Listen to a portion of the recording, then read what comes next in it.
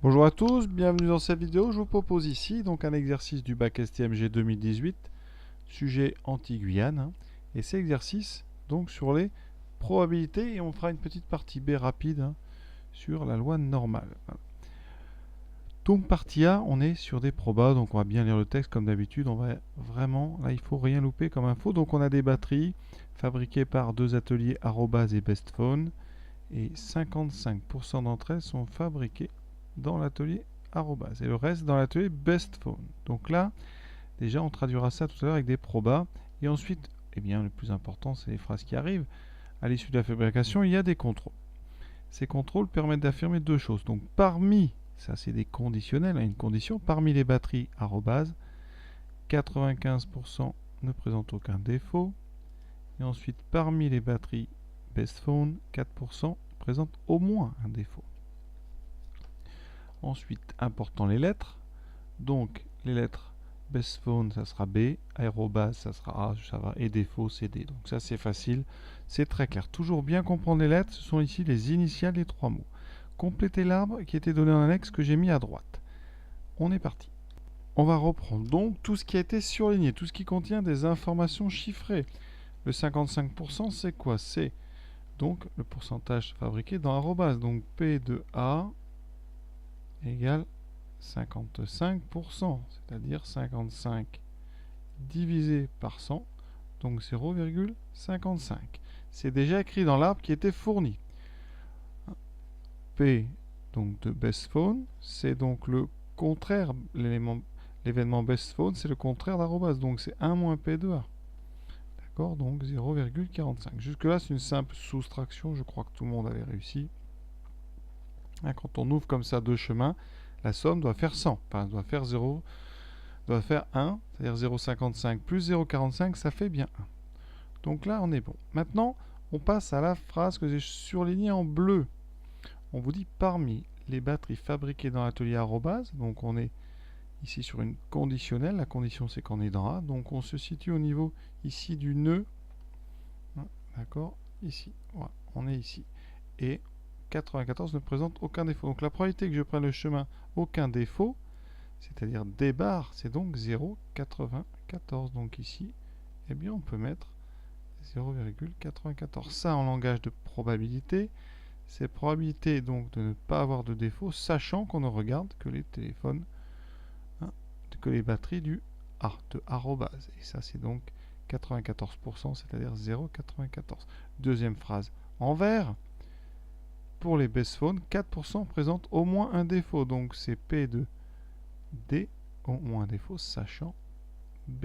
Et ça c'est 0,04, c'est-à-dire 4%. Donc je n'ai plus qu'à écrire ici 0,04. Il faut bien sûr faire attention à ne pas vous tromper quand on remplit l'arbre, parce que tout le reste du sujet sera bâti et calculé avec cet arbre. Les points qui nous manquent. Ici, on a 0,94 vers le bas, donc on a 6% vers le haut, c'est-à-dire 0,06. Idem, on a 0,04 vers le haut, donc il nous reste 0,96 pour le bas. On vient de compléter l'arbre. On a donc déjà fait une grande partie du sujet, tout cela en faisant juste attention à toutes les phrases qui étaient dans le texte. L'avantage, c'est que maintenant, on peut effacer tout le texte, puisque toutes les infos sont dans l'arbre. Calculons maintenant en question 2 la probabilité que la batterie provienne de l'atelier Bestphone, donc de B, et présente au moins un défaut, donc vienne de D. Donc ça veut dire que on cherche quoi?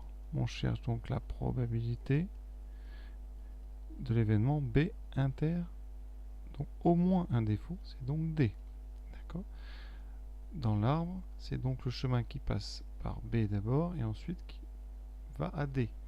Principe multiplicatif, ça fait 0,45 fois 0,04 qui donnera, après calcul, 0,018. Si on veut mettre des noms un petit peu plus rigoureux, 0,45 c'est la probabilité de B, fois 0,04 c'est la probabilité de D, mais le D uniquement les D qui viennent de B. Il faudra faire attention. D'accord? Donc, question finie. La question suivante va se utiliser ce qu'on vient de faire. On va montrer que la probabilité que la batterie présente au moins un défaut est égale à 0,051. Donc qu'est-ce qu'on fait?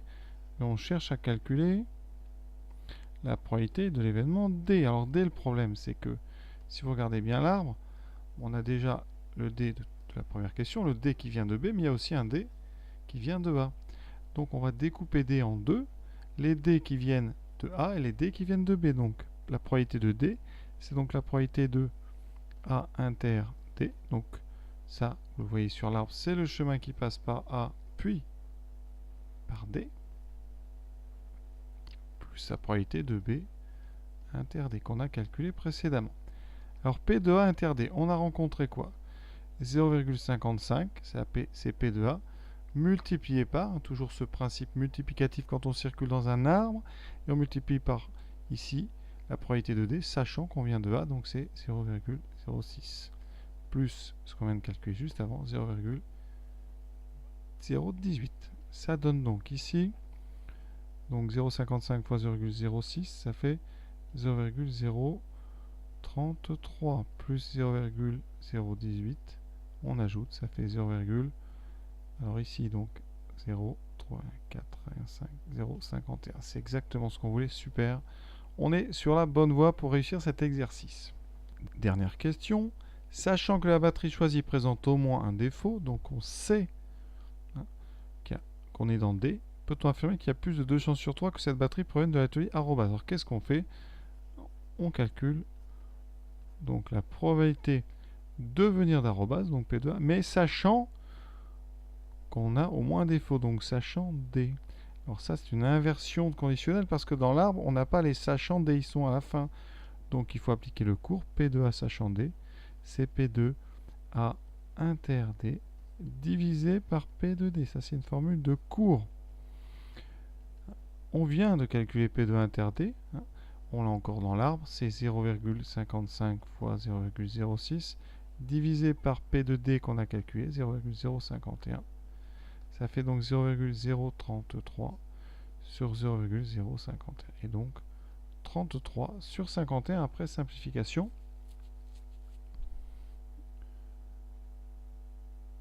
On obtient donc, alors ici ça simplifie par 3, ça fait 11, et 51 c'est 3 fois 17 je crois, donc ça fait 11 sur 17. Alors, on va regarder combien ça vaut. Est-ce que c'est plus de 2 sur 3 ou pas? On trouvait 0, on va arrondir, 0,647. Donc à peu près 0,647. Alors on doit comparer, est-ce que c'est plus que 2 chances sur 3? Eh bien effectivement, or 2 sur 3 c'est à peu près 0,666, etc.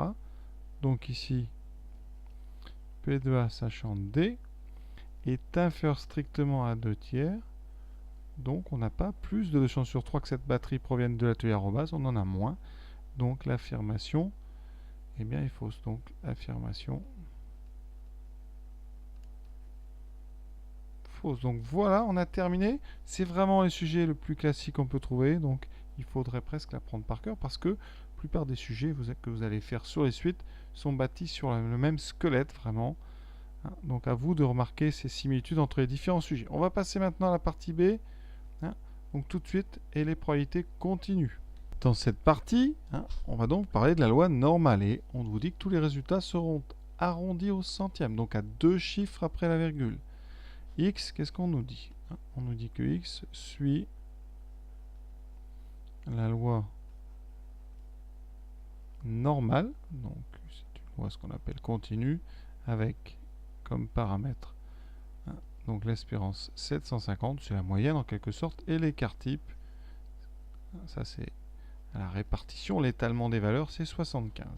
On vous demande la valeur de la probabilité d'être entre 600 et 900. Alors il y a deux façons de faire ça. Une première méthode, c'est de réfléchir un petit peu et de regarder le cours. Alors qu'est-ce que c'est 600 et 900 par rapport à 750? Ben, si vous remarquez, c'est donc 750 plus 150, donc plus 150, et 750 moins 150. D'accord? Alors qu'est-ce que ça représente 150? Ben, si vous êtes un petit peu attentif, ça fait 2 fois sigma. Donc on est à 750 moins 2 fois 75. Ici à 750 plus 2 fois 75. Donc vous devez reconnaître la probabilité d'être entre la moyenne moins 2 sigma et la moyenne plus 2 sigma. Donc si vous avez bien appris votre cours, la règle des 2 sigma, très importante, bien elle dit quoi? Que dans le cas d'une loi normale, cette probabilité, donc vous êtes à 2 sigma, ça sera 95%. Donc 0, 95. Donc il n'y a même pas besoin de calculatrice si vous connaissez bien votre cours. C'est ici donc la règle des 2 sigma. À la machine, comment fait-on quand même?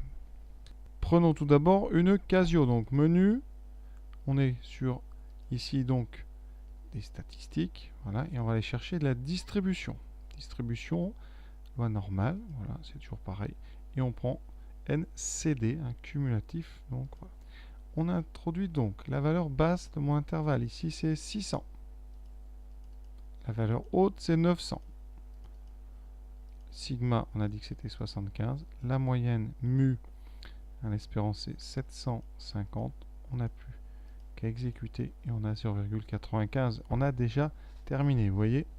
Pour les Texas, même chose. On va donc dans le mode, par contre, distribution. Ils ont séparé stat et distribution. Donc, seconde bleue. On va faire de la normale avec fonction de répartition. La deuxième, il faut juste le savoir. Donc, on est borne inférieure 600. Borne supérieure 900.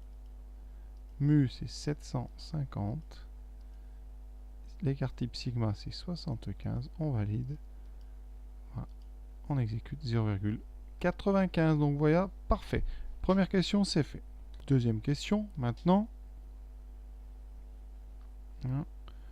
On cherche. On veut une autonomie supérieure à 15 heures. Donc, l'unité dans l'exercice, c'est les minutes. On fait très très attention.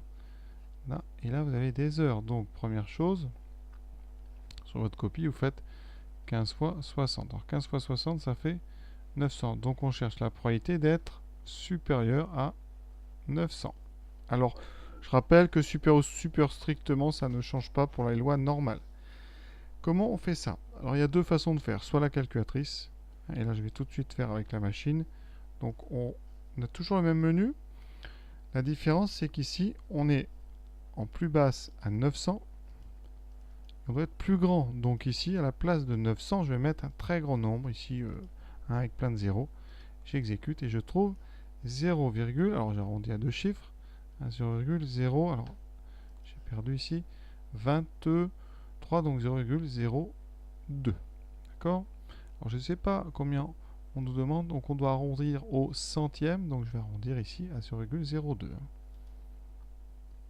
D'accord? Sur une Texas, la même chose. Je retourne donc à distribution, la deuxième. Ici, je commence à 900. Et là, donc, je vais mettre un très très grand nombre. Voilà. Je valide. Et vous voyez bien qu'on trouve 0,02. Comment peut-on faire autrement? Je reprends ce que j'ai dit tout à l'heure. Alors ça, c'est pour ceux qui ont bien compris le chapitre. Sinon, ça va vous paraître un petit peu difficile. Alors, on a un nombre important, c'est 750. C'est ici l'espérance. On a la règle des 2 sigma. C'est-à-dire qu'ici, on a dit, on a 900 et 600. On a donc une courbe qui est bâtie comme ceci, avec un axe de symétrie en 700. Qu'est-ce qu'on sait? Entre les deux, 600 et 900, on sait qu'on a 95%. C'est arrondi, c'est 95,4. Donc en dehors, alors comme on doit être précis au centième, on va... Alors ici, on va regarder 95,4. Donc qu'est-ce qu'on a exactement en dehors? On a du... Donc ici 2,3 de chaque côté, parce qu'il reste 5,6 réparti en deux par symétrie. On a 2,3% ici, 2,3% ici. Donc, vous voyez bien, la probabilité d'être plus grand que 900, c'est donc 2,3%. 2,3, ça fait 0,023, donc arrondi au centième, il reste 0,02. Donc on aurait pu trouver, ça c'est vraiment pour ceux qui ont très bien compris, pour les autres, vraiment, on se contente d'utiliser la calculatrice. Seule chose qu'il fallait bien faire, c'est convertir ici les heures en minutes. Voilà, cet exercice est terminé. J'espère que ça vous a plu, que j'ai bien expliqué. En tout cas, j'ai fait le maximum.